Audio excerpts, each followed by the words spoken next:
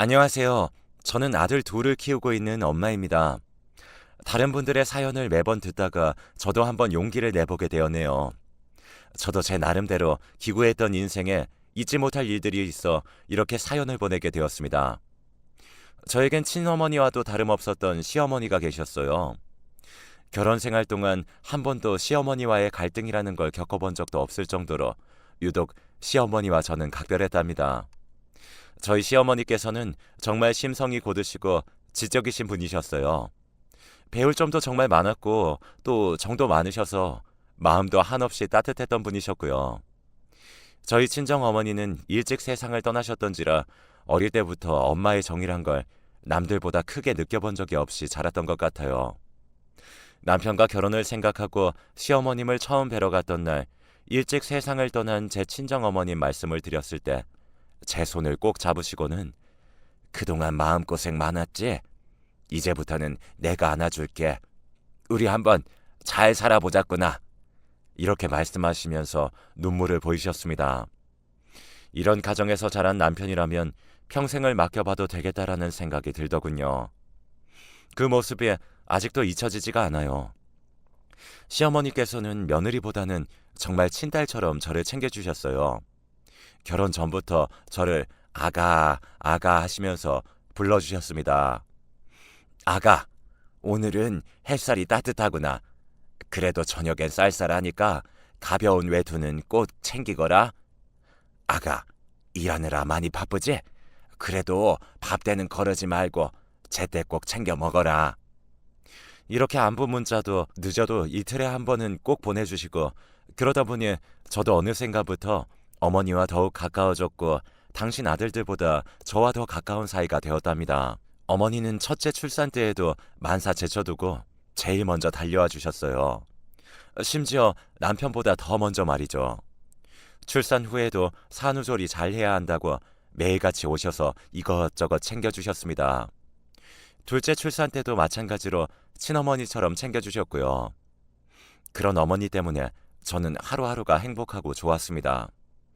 그러던 어느 날 청천벽력 같은 소식을 듣게 되었어요.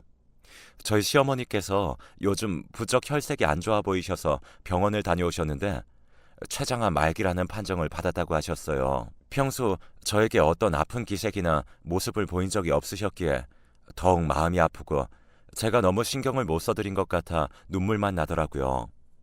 그날 바로 시어머니에게 달려갔습니다. 아가, 왔어?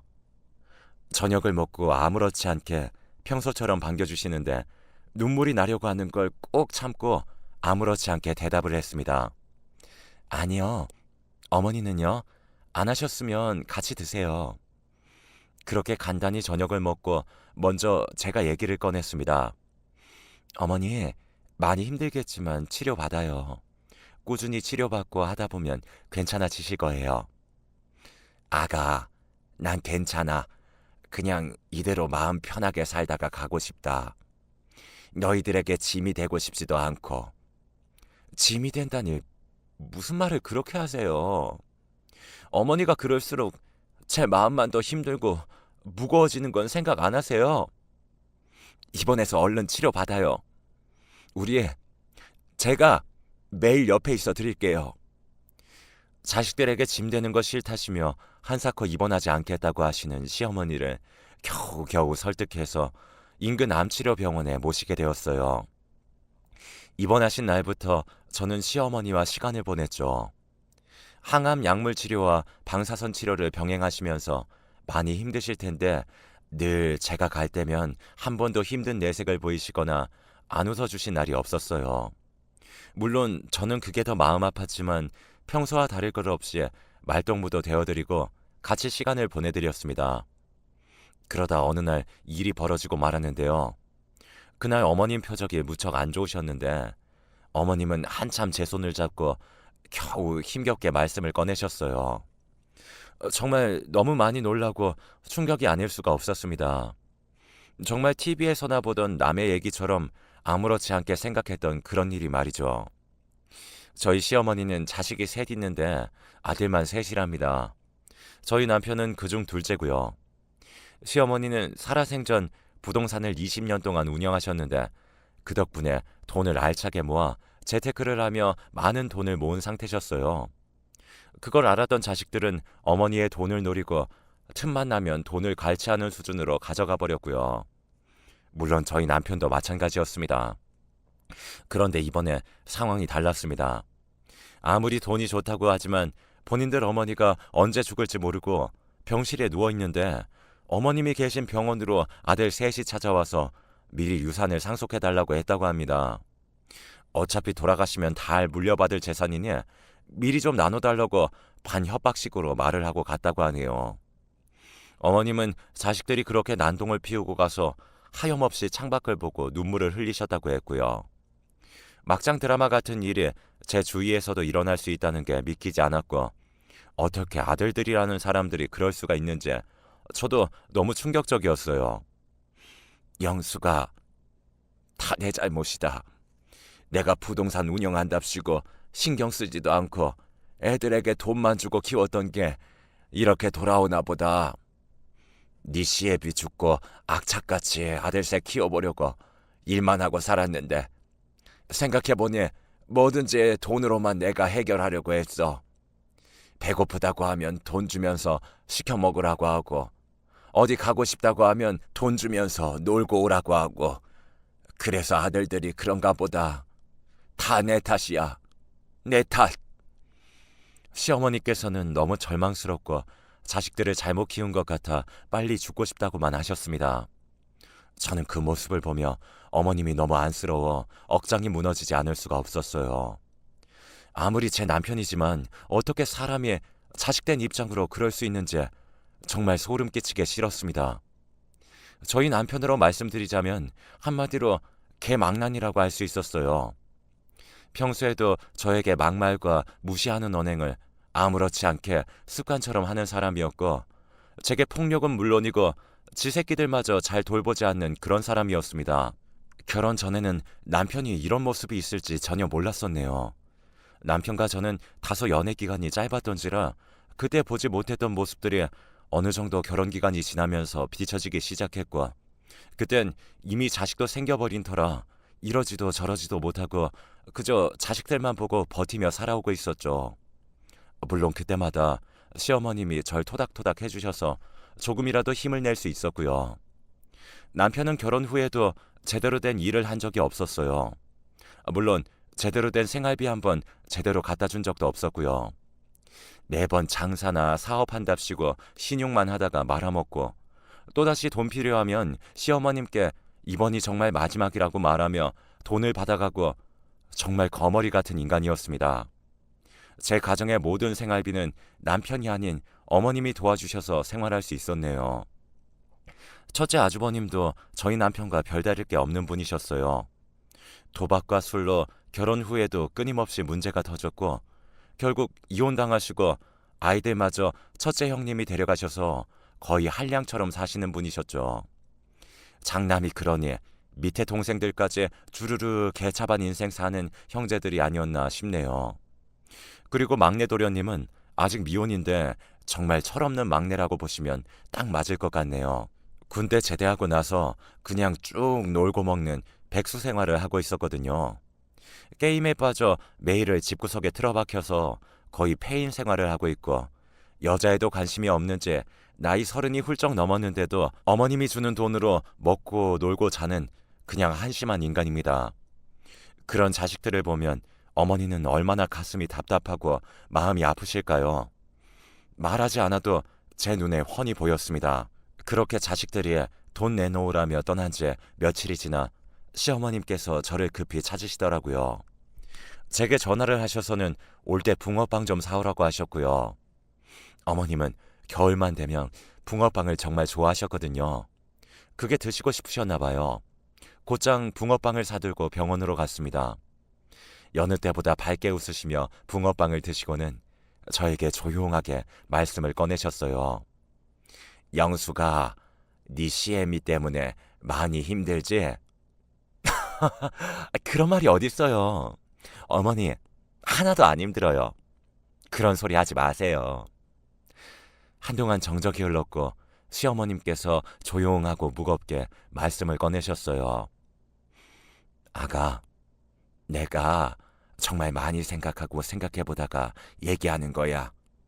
내 부탁이기도 하니까 잘 들어줬으면 좋겠다. 네, 뭐든지 말씀하세요. 제가 들어드릴 수 있는 건 당연히 다 들어드려야죠. 아가, 이제 너도 더 이상 힘들게 살지 말고 편하게 살았으면 좋겠다.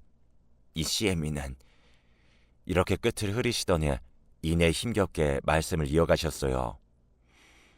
다 알고 있어. 우리 창민이가 너한테 어떻게 대하는지 알고 있으면서도 난 너한테 많은 도움을 주지 못한 것 같구나. 그게 너무 가슴이 아파. 다른 집 여자들이었으면 벌써 내 아들 곁을 떠나버렸을 거야. 너니까 이렇게 버티고 살았겠지. 그게 난 돌이켜보니 너무 마음이 아파. 나도 어느 날부터는 내 자식들이 아닌 너한테 의지하게 되더구나. 믿을 사람이 너밖에 없었고 네가 내 큰 며느리처럼 정말 떠나버릴까봐 얼마나 마음을 졸였는지 몰라. 이렇게 잘 버텨주고 우리 손주들 잘 키워줘서 고맙다. 애미야, 고생했어. 그 말씀을 듣는 순간 저도 모르는 새 눈물이 쏟아지기 시작했어요. 갑작스러운 어머님의 따뜻한 말 한마디에 그동안 서러웠던 모든 감정이 북받쳐 오르는 것만 같았습니다. 아가, 이제 창민이랑 그만 이혼하고 너의 새 삶을 살아. 이번에 네 CM이도 절실히 느꼈다. 나도 어떻게든 사람 만들어 보려고 그렇게 애를 썼지만 쉽게 고쳐질 아이가 아니다. 내가 죽을 날만 기다리지 않아도 어떻게든 널 안아주고 보듬어주고 싶었는데 내 몸이 이 모양인데 어쩌겠니. 내가 죽으면 영수가 넌 고통 속에서 살 것 같아서 말하는 거다. 그리고 내 사랑스러운 손주들도 그런 애비 밑에서 자라게 하면 안 좋은 것만 따라하고 배우게 되어 있어. 날 보면 모르겠니? 이렇게 고생하는 거 안 보여? 그러니 우리 손주들이라도 올바르게 키워보자꾸나. 그러니까 더 이상 나 때문에 이혼 못하고 있는 거라면 이젠 그럴 필요 없다.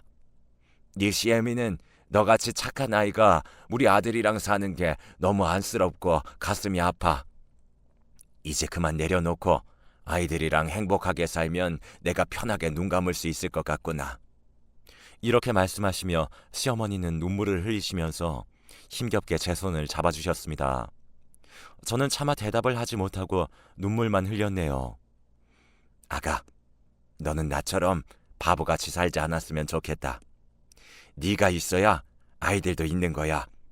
그러니까 이제라도 너를 위해서 살아줄 수 있겠니? 라고 말씀하시면서 어머님은 제게 깜짝 놀랄 만한 선물을 주셨습니다. 그걸 받고 얼마나 얼떨떨했는지 몰라요. 이건 내가 4년 전에 남양주 다산 신도시에다가 아파트 분양받은 계약서인데 내가 이걸 가지고 있었는지 아들들은 아무도 몰라. 때마침 전세 살던 세입자도 빠진 상황이라 이혼하고 손주들이랑 거기서 새로 시작했으면 해. 너네 세 식구 살기에는 부족함은 없을 거다. 무슨 말인 줄 알았지? 우선 이것은 법적으로 문제가 될 수 있으니 네가 내 아들하고 깨끗이 이혼하면 그때 네 명의로 돌려줄 거야. 지금 이걸 너에게 주면 분명 뺏으려고 난리도 아닐 게다. 그러니 당장 가서 이혼부터 하도록 해. 이게 네 CM의 마지막 소원이다. 내가 이러는 이유는 내 아들도 가족의 소중함을 알려주고 싶어서야. 나 죽고 처자식마저 떠나가 버린다면 가족이라는 게 얼마나 그립고 고마운 존재인지 뒤늦게라도 깨닫게 해주고 싶어. 무슨 말인 줄 알지?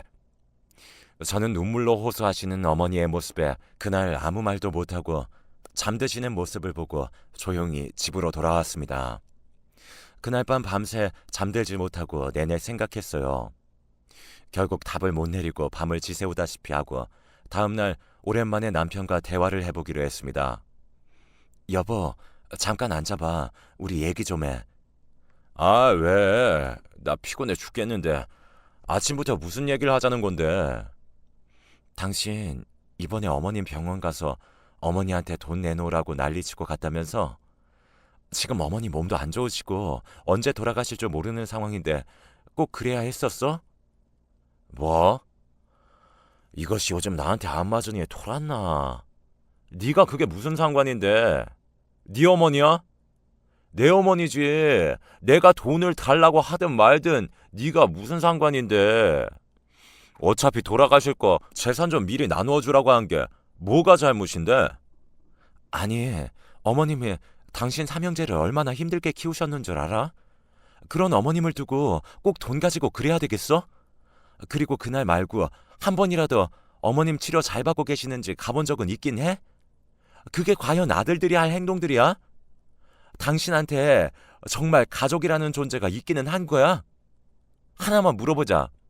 당신 나하고 애들하고 당신한테는 어쩐 존재야? 그냥 어쩔 수 없이 사는 존재야? 아님 당신 소중한 가족들이라고 생각하긴 하는 존재냐고. 어서 말해봐. 아니 근데 이게 진짜 미쳤나 봐. 아침부터 소리 지르고 울고 지랄이야. 너 같으면 너랑 살고 싶겠냐? 여자로 보이지도 않고 엉덩이는 펑퍼짐 해서는 누가 너 같은 여자랑 살고 싶겠냐? 그냥 어쩔 수 없이 사는 거지. 새끼들도 GM이 닮아가지고 마음에 드는 구석이 하나도 없어요.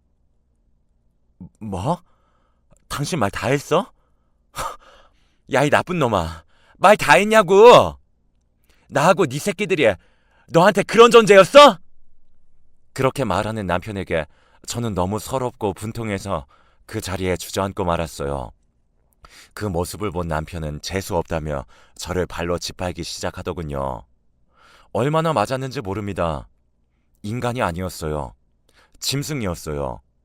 아니, 자기 가족들도 모르는 짐승보다 못한 새끼였습니다. 한참을 맞고는 화장실로 가서 망가져 있는 제 얼굴을 보며 쪼그려 앉아 얼마나 울었는지 모릅니다. 한참을 울다 보니 이렇게 살면 안 되겠다는 생각이 들더라고요. 어머님의 말대로 제 자식들을 위해서라도 저 인간이랑은 헤어져야만 했습니다. 그래서 곧장 저는 경찰서에 가서 신고를 했어요. 병원에서 받은 3주 진단서와 함께 남편을 고소해버렸습니다. 그 사실을 안 남편은 어떻게 자기 남편을 신고할 수 있냐면서 고래고래 고함을 지르더군요. 그러면서 본인 입에서 먼저 이혼이라는 단어가 나왔습니다. 물론 제가 원한 결과이기도 했고요. 흰년아, 네가 날 신고해?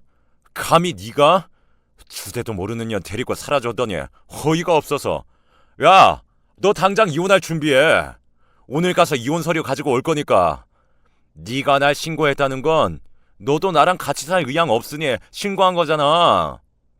어차피 난 네가 신고해도 벌금만 내면 끝이야. 그러니 갈라서 당장.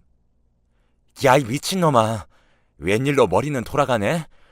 그래, 너 같은 놈이랑 살기 싫어서 신고했다. 내가 언제까지 너한테 맞아주며 다 받아주며 살 줄 알았니? 너 지금 나한테 했던 행동들, 그 나불대는 주둥아리 꼭 후회하게 될 거야. 네 말대로 당장 이혼 도장 찍어줄 테니까 우리 여기서 그만하자. 너무 지겨워. 오라, 잘 됐네. 이혼 안 한다고 버틸 줄 알았더니. 그리고 네 새끼들도 데려가라. 난 다른 여자 만나서 새 인생 살 거니까.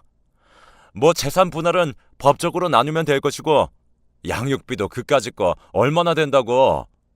난 너만 사라지면 돼, 이년아. 남편은 마지막까지도 제 속을 팍팍 긁으며 지 할 말만 잔뜩 하더니 이혼을 요구하며 갔습니다. 저는 그 더러운 뒷모습을 보면서 어서 빨리 법적으로 갈라서고 싶어 바로 이혼 도장을 찍었고, 양육권, 친권도 다 포기를 했으니 제가 키우는 걸로 하고 생각보다 빠르게 이혼을 할 수 있었어요. 양육비도 매달 60만 원씩 받기로 했고요. 그렇게 이혼이 확정된 날, 그날도 저는 시어머니에게 갔습니다. 모든 얘기를 들은 시어머니는 잘했다, 잘했다 라고 말씀하시며 저를 꼭 안아주셨어요. 그리고 어머님은 며칠 뒤 저를 다시 부르셨습니다. 거기에 가니 어떤 아주버님이 계시더라고요. 예전에 어머니 밑에서 일했던 부동산 아주머니셨어요. 지금은 혼자 독립해서 부동산을 운영하고 계시는데, 들어보니 다산에 있는 아파트도 이 부동산 아주머니가 추천을 해주셔서 분양피를 사서 구입을 하셨다고 하더군요. 그리고는 시어머니께서는 일전에 말씀하신 다산의 아파트를 제 명의로 해주시는 부분에서 그 부동산 사장님께 맡기셨고, 결국 저는 생전 처음으로 제 명의로 된 아파트를 가질 수 있게 되었습니다. 저는 이걸 증여받아도 되는지 떨리기도 했고요. 영숙 씨라고 했나요? 정말 좋은 어머님 두셨어요. 그 집 처음에 매입할 때는 4억 정도 했는데 지금은 9억까지 올랐어요. 자, 여기 보세요. 아파트 시세 나와 있거든요. 그래서 평생 부동산 운영하셔서 그런지 안목이 있으셔서 투자하신 건데 많이 올랐어요. 그곳은 학군도 좋고 동네가 신도시라 워낙 깨끗해서 아이들 키우는 환경도 좋으실 거예요. 어머니, 그런데 이거 제가 정말 받아도 되는 거예요? 너무 제게 과분해서 받아도 되는 건지 아직도 얼떨떨해서요. 그럼, 그럼 당연히 받아도 되지. 거기에는 내 예쁜 손주들이 살 곳인데 당연히 그 정도는 이 할미가 손주들에게 해줘야지. 그래야 내가 마음 편히 눈 감을 수 있겠구나.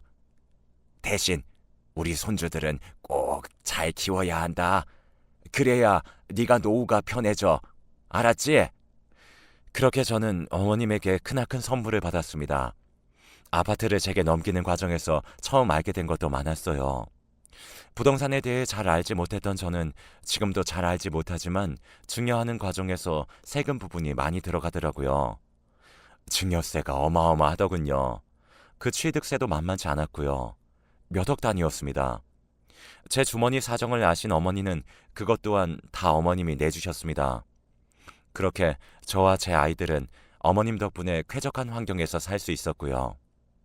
평소 주말만 되면 아이들을 데리고 어머님께 갔기 때문에 손주들도 할머니를 무척 좋아했고, 큰아들은 학교에서 배워서 그랬는지 할머니하고 손잡는 그림을 할머니에게 보여주며 우리 할머니 오래오래 사셔야 돼요 라고 말을 하자 어머님과 저는 그 자리에서 얼마나 울었는지 몰라요.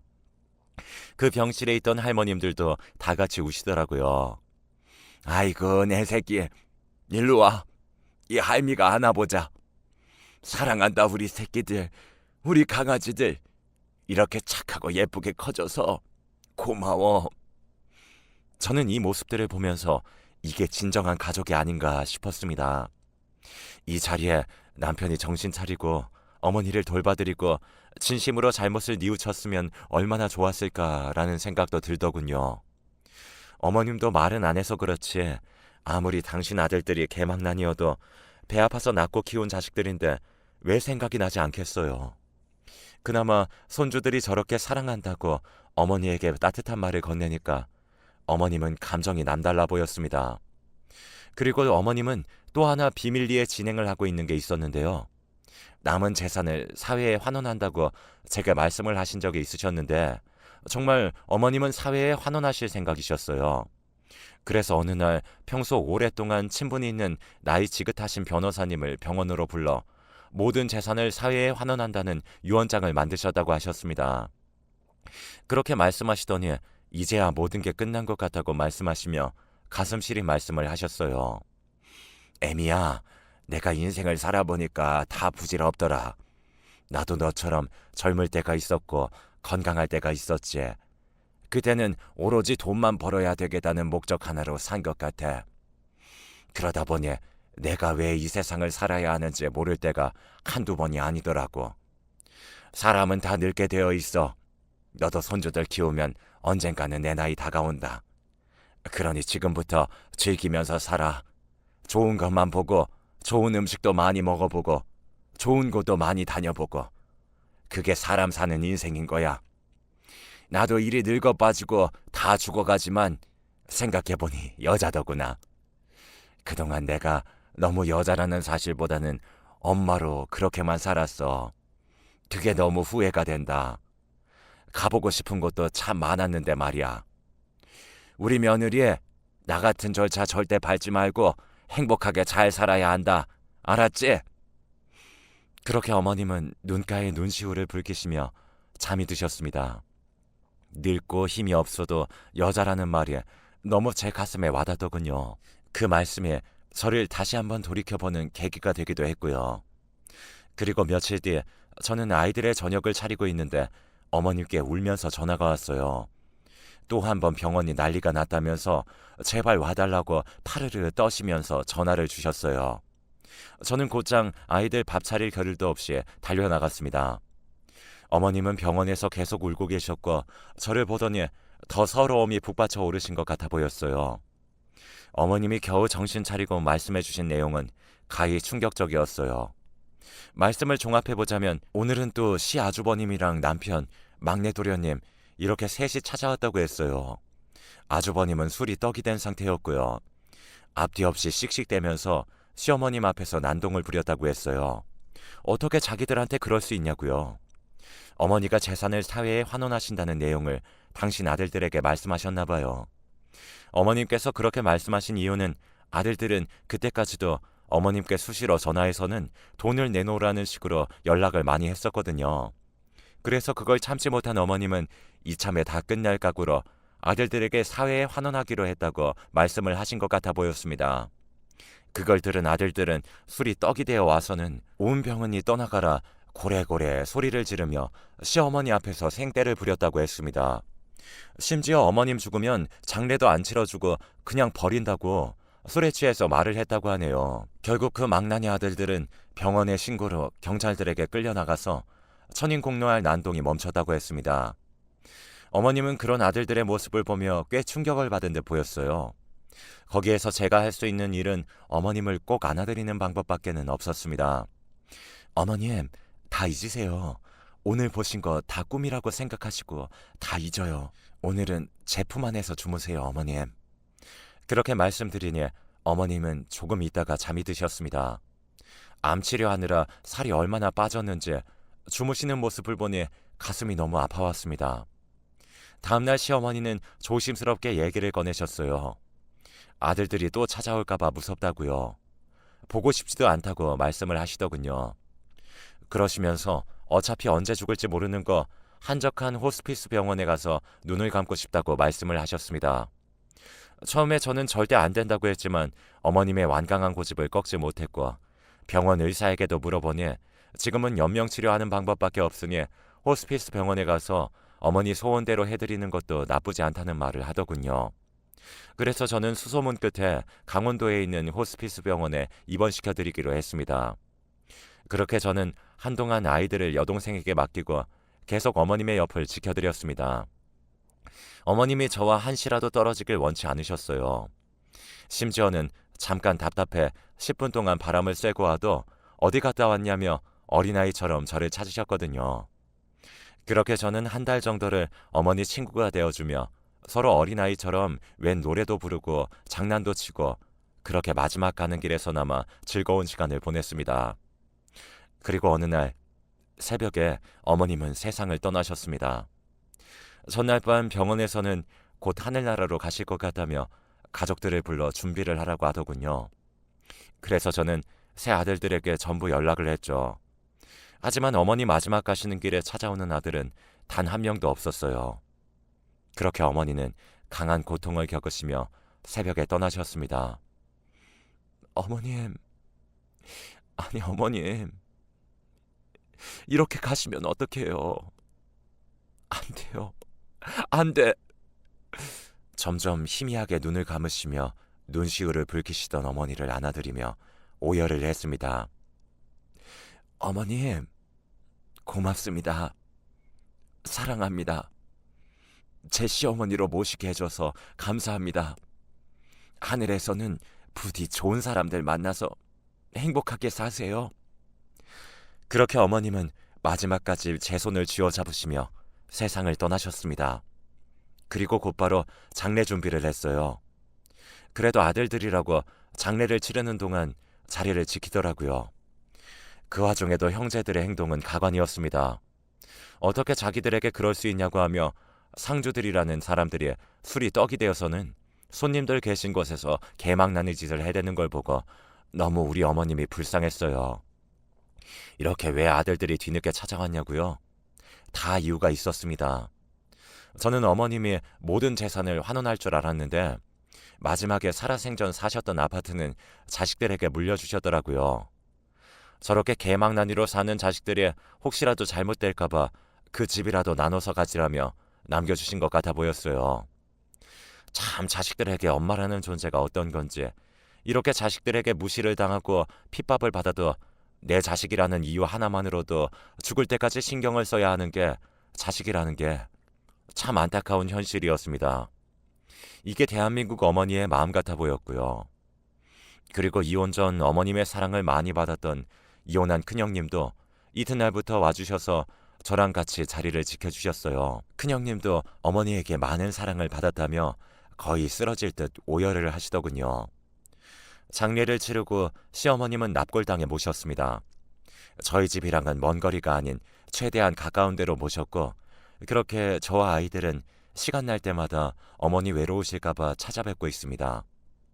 그 이후 못난 삼형제하고는 인연을 아예 완전히 끊었습니다. 어디서 뭘 하든 이 사람들은 어머니의 마음을 조금이라도 헤아려 주길 바랄 뿐이죠. 그렇게 저는 시어머니를 보내드리고 저도 나름 하루하루 행복하게 살아가려고 노력하고 있어요. 시어머니가 떠나시고 한동안 많이 힘들고 생각날 때마다 마음이 아팠지만 그래도 아이들이 있어서 저도 버틸 수가 있었네요. 정말 엄마의 정이라는 걸 크게 느껴보지 못한 인생에 있어서 그 정을 느끼게 해준 우리 시어머니에게 좀 더 신경 써드리지 못하고 좀 더 시간을 보내지 못한 게 아직도 마음 한켠에 미련으로 남아 있습니다. 생각지도 못한 큰 사랑과 복을 주시고 떠나신 우리 어머니가 너무 보고 싶네요. 어머니, 저를 친딸처럼 사랑해주고 아껴주셔서 너무 고마워요. 어머니가 마지막으로 저한테 부탁하셨던 것처럼 이제 저를 위한 인생을 살아가도록 노력할게요. 어머님도 그곳에서는 아프지 말고 부디 잘 지내시고 다시 보는 날 그때는 더 행복한 시간 오래오래 저랑 함께 보내도록 해요. 많이 보고 싶고 사랑합니다. 모두들 아픈 기억 다 잊고 행복하시길 바라겠습니다. 감사합니다.